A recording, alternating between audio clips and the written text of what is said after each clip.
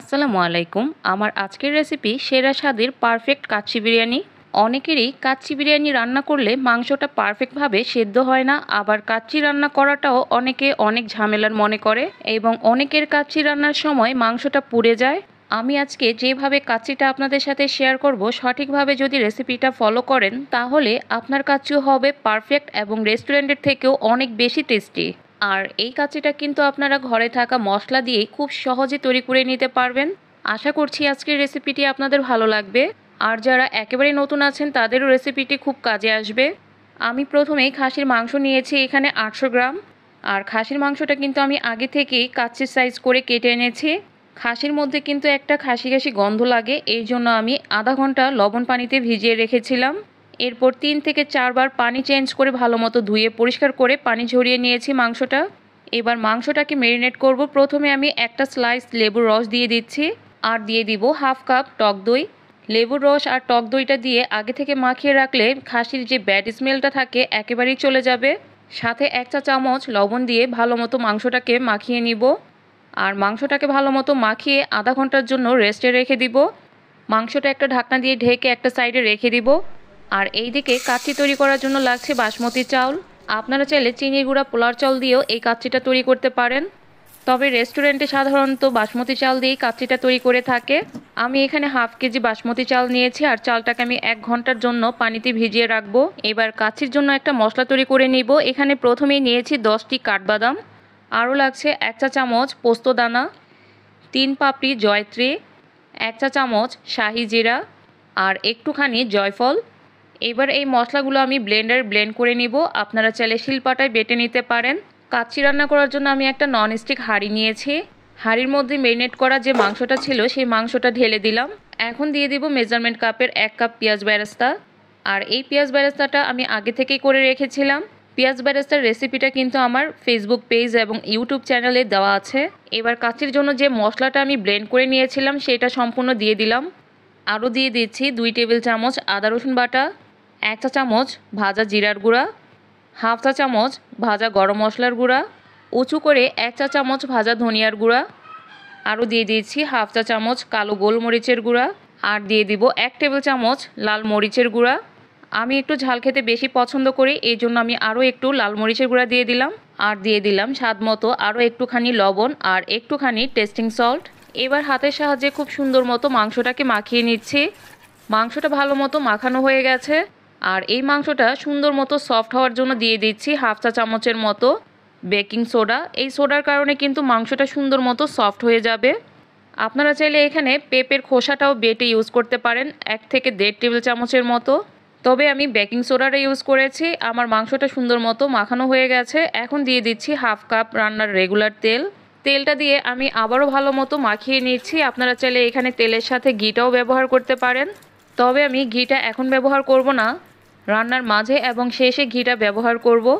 এতে করে কাচ্চিতে একটা ঘিয়ের স্ট্রং ফ্লেভার পাওয়া যায়। মাংসটা সুন্দর মতো মাখানো হয়ে গেছে। এখন একটা ঢাকনা দিয়ে ঢেকে আমি চুলায় বসিয়ে দিলাম। প্রথমে আমি চুলার আঁচটা হাই হিটে রেখে বলক তুলে এরপর চুলার আঁচটা লোতে রেখে মাংসটাকে কষিয়ে নিচ্ছি। আমি এই মাংসটাকে প্রায় 20 থেকে 25 মিনিটের মতো মৃদু আঁচে কষিয়ে নিয়েছি। কষানোর সময় দেখবেন মাংস থেকে অনেকটা পানি উঠে গেছে, আর ওই পানিটাতে আমি সুন্দর মতো মাংসটাকে কষিয়ে নিচ্ছি। কিছুক্ষণ পরপর ঢাকনা তুলে নেড়ে চেড়ে আবার ঢাকনা দিয়ে ঢেকে মাংসটাকে কষিয়ে নিলাম। দেখুন মাংসের উপরে তেল ভেসে উঠেছে। এই পর্যায়ে আমি পরিমাণ মতো পানি দিয়ে ঢাকনা দিয়ে ঢেকে মৃদু আঁচে মাংসটাকে ভালো মতো সিদ্ধ করে নিব।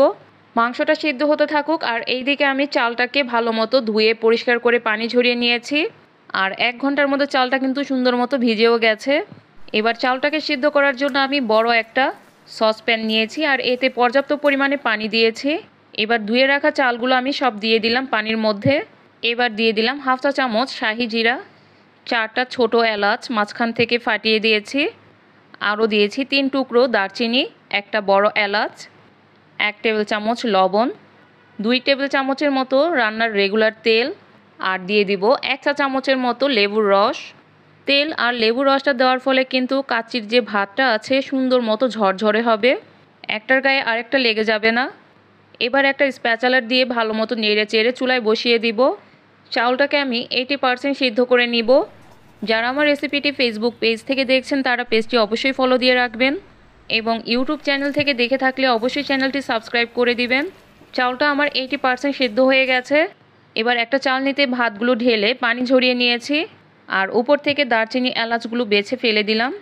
আর এখানে কিন্তু আমার মাংসটাও সুন্দর মতো সিদ্ধ হয়ে গেছে, সাথে ঝোলটাও কিন্তু শুকিয়ে এসেছে। দেখেন কতটুকু ঝোল রেখেছি আমি। এবার কাচ্চি সাজানোর পালা। প্রথমে 5 থেকে 6টা কাঁচামরিচ আমি আগা ভেঙে দিচ্ছি। এতে করে কিন্তু কাঁচামরিচের ঝালটা হবে না, তবে কাচ্চিতে কাঁচামরিচের সুন্দর একটা ফ্লেভার পাবেন। এখন দিয়ে দিব ভাজা আলু।